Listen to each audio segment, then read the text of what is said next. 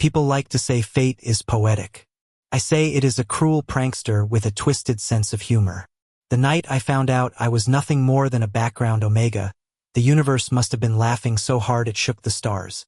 I had spent 22 years believing my life would mean something. That every struggle I had clawed through being the quiet kid with too many books, the boy who never fit into the slick categories of alpha or beta was building to some grand design. But standing under the flickering fluorescent lights of a Brooklyn clinic, clutching a thin folder that smelled faintly of antiseptic, I realized my story had been written without me. And I wasn't the hero. I was a footnote. The doctor's voice was clinical, detached. You're an Omega. Secondary gender confirmed. It should have been just another classification in a society obsessed with them. But the word Omega wasn't neutral. It carried history like a bruise-soft, pliant, bred for submission and scent marking. Always someone else's possession. My ears roared as if the city's subway was running through my skull. The clinic's air tasted like old pennies. I nodded, pretending the ground wasn't collapsing beneath me, and walked out before my legs betrayed me. Brooklyn's night air slapped my face with the stink of rain and diesel. It was early spring, the kind of evening when the streets shimmered like mirrors. I stared at my reflection in a puddle, the yellow glow of a street lamp cutting my face into angles. For the first time, I hated the boy looking back. Not because he was an Omegano, because the world had decided that meant he was a background character, a filler in someone else's love story. I wanted to scream, to rip the sky open. Instead, I pulled my hood tighter and started walking. New York pulsed around me, indifferent. Couples pressed close beneath umbrellas. A cab splashed gutter water onto my sneakers. Somewhere a siren wailed. The city had always been both my cage and my freedom until tonight, when it became the perfect stage for my quiet unraveling. That was when I saw him. He leaned against a lamppost at the corner of 5th and Atlantic, a silhouette cut from storm clouds. Tall, broad-shouldered, the kind of alpha people whispered about before he even opened his mouth. His dark hair clung to his forehead, rainwater tracing the sharp line of his jaw. When his eyes met mine steel gray, unervingly calm, I forgot how to breathe. Lost. His voice was low, a ripple of warmth under the rain. I should have kept walking. Strangers with that kind of presence rarely meant anything good. But something in his gaze, some quiet gravity, pinned me in place. I'm fine. I lied, my voice raw. Just walking. He studied me, eyes flicking over the damp edges of my hoodie, the trembling of my fingers. Not judging, assessing. Brooklyn isn't kind at this hour, he said. Neither is the world. The way he said it, like he understood something about being prey in a city built for predators, made my throat tighten. Thanks for the warning, I managed, turning away before the crack in my chest could widen. I'd barely taken 3 steps when he spoke again. What's your name? I froze. The question was gentle, almost an invitation. Eli, I said without looking back. A beat of silence. Then, I'm Marcus. I heard the smile in his voice, even though I didn't turn. I should have left it there. But as I reached the corner, I felt his gaze following me, like a pulse against my spine. For reasons I couldn't explain, it steadied me. The next days blurred into a haze of avoidance. I skipped my usual coffee shop. I ignored my best friend's texts.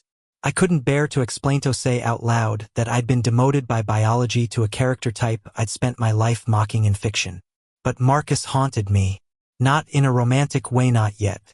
More like a storm cloud that lingered in the back of my mind, promising rain even under sunlight.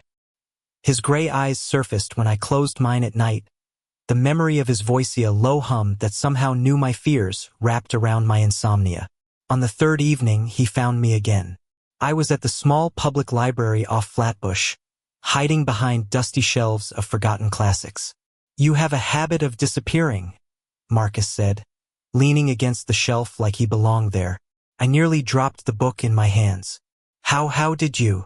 Brooklyn's not that big, he said with a smirk that softened the sharp planes of his face. Besides, you left a trail of rainy footprints the other night. I figured I'd see you again.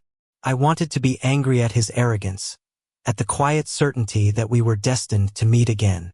But under it all, a part of me felt seen. "What do you want?" I asked, my voice steadier than I felt. His eyes darkened, not with malice, but something heavier.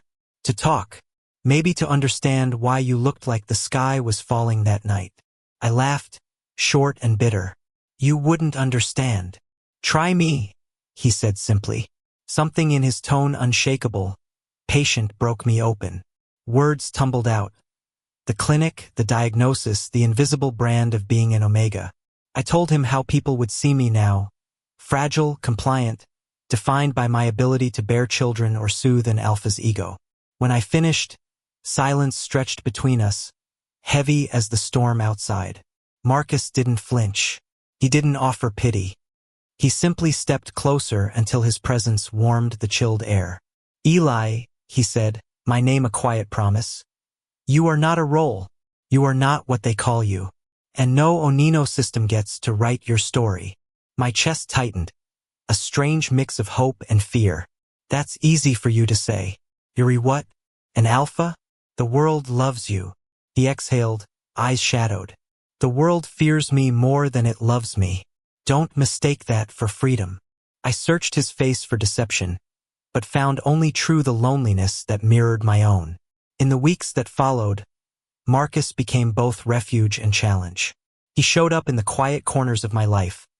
A late-night walk along the East River, a greasy slice of pizza at a no-name diner, the silence of the library where we shared more than books. He never tried to define me. He never reached for me as if I belonged to him. Instead, he really listened while I found the edges of my anger and the fragile beginnings of acceptance. Yet the city whispered. Alphas and Omegas were not meant to rewrite their parts. And fate, if it was a poet, was not done with its cruel verses. Marcus warned me that freedom would not come quietly. I didn't understand how true that was until the night the city turned against us. It started with a headline: Omega Rebellion sparks fear in Manhattan. Then came the protests, the whispered threats, the angry murmurs in alleyways. Society feared what it couldn't control. And two men, an alpha who refused to dominate and an omega who refused to bow, were their perfect cautionary tale. I saw it in the way strangers stared when we walked together. The judgment in their eyes was a blade sharpened by generations of tradition. One evening, as the wind howled down the narrow streets of the Lower East Side, Marcus pulled me into the shadow of a brick wall.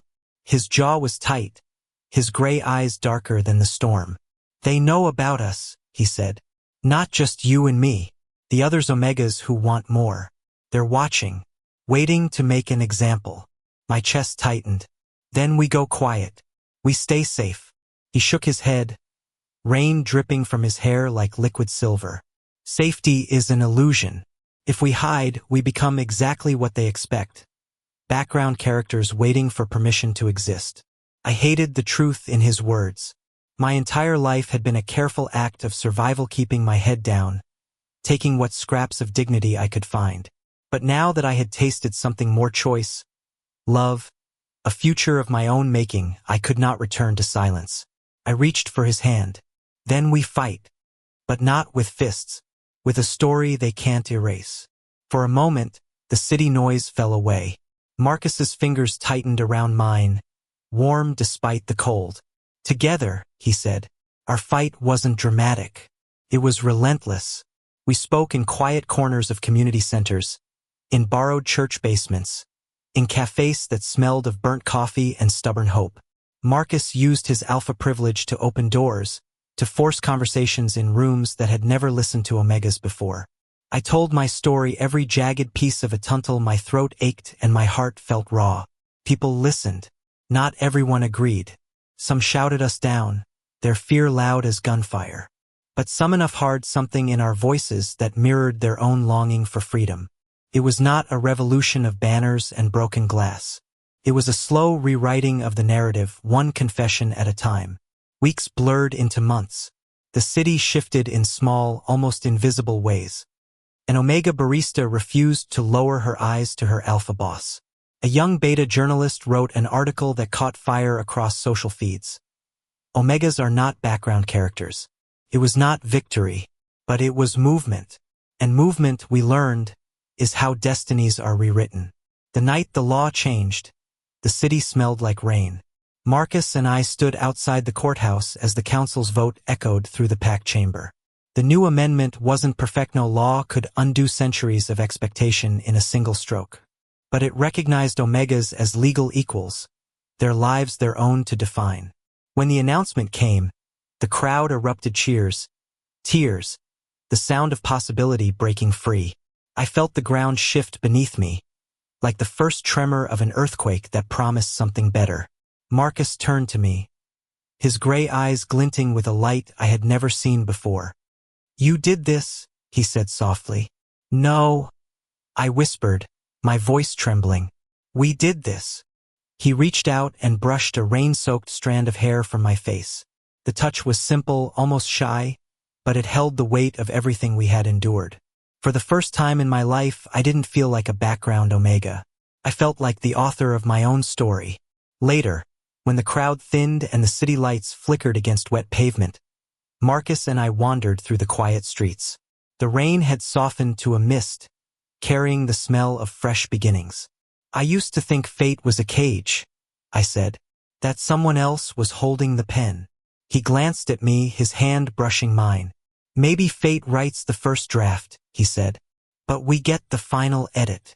I laughed, the sound light and unguarded. "That's the most alpha thing you've ever said." He smirked. "And you love it."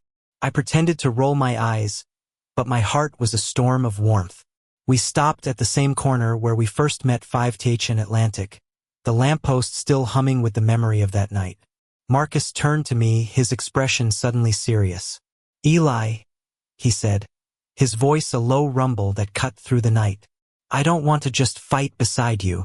I want to build a life with you." My breath caught. For a moment, the city fell silent. "I'm not a prize," I said, my voice barely a whisper. "I know," he replied. "That's why I choose you. Not because fate says you belong to me, because I choose you. And I want you to choose me." The simplicity of his words broke something open inside me. Not the fragile boy from the clinic. Not the Omega the world tried to define. But the man I had become, strong, defiant, unafraid. "Yes," I said, the word carrying all the storms and silences of my journey. "I choose you." Marcus's smile was slow, almost disbelieving, and then he pulled me into his arms. The rain, the city lights, the hum of traffic all blurred into the background as his forehead rested against mine. This was not the end of our story. It was the first line of the life we would write together. Months later, our small apartment smelled of coffee and late-night dreams. The city outside remained imperfect, still loud, still fractured. But we had carved a space where love was not defined by roles or rules. Sometimes I caught Marcus watching me across the room, his storm-gray eyes soft with something I could only call wonder. And sometimes, when the world outside grew heavy, I reminded myself of the night I stood in that clinic, believing I was destined to be invisible. I was wrong. Fate may have written me as a background Omega, but I had taken the pen. I had rewritten destiny. And in the quiet moments, when Marcus's hand found mine and the city's heartbeat pulsed beneath our window, I knew this truth. Love, real love, was not about being claimed or saved. It was about choosing every day to stand beside someone and build a story that belonged only to the two of us. The world would keep trying to label us, but our story, our love, was already larger than any label. And that was the only ending I would ever need. Thank you for listening. Don't forget to like and subscribe to stay updated with the latest videos.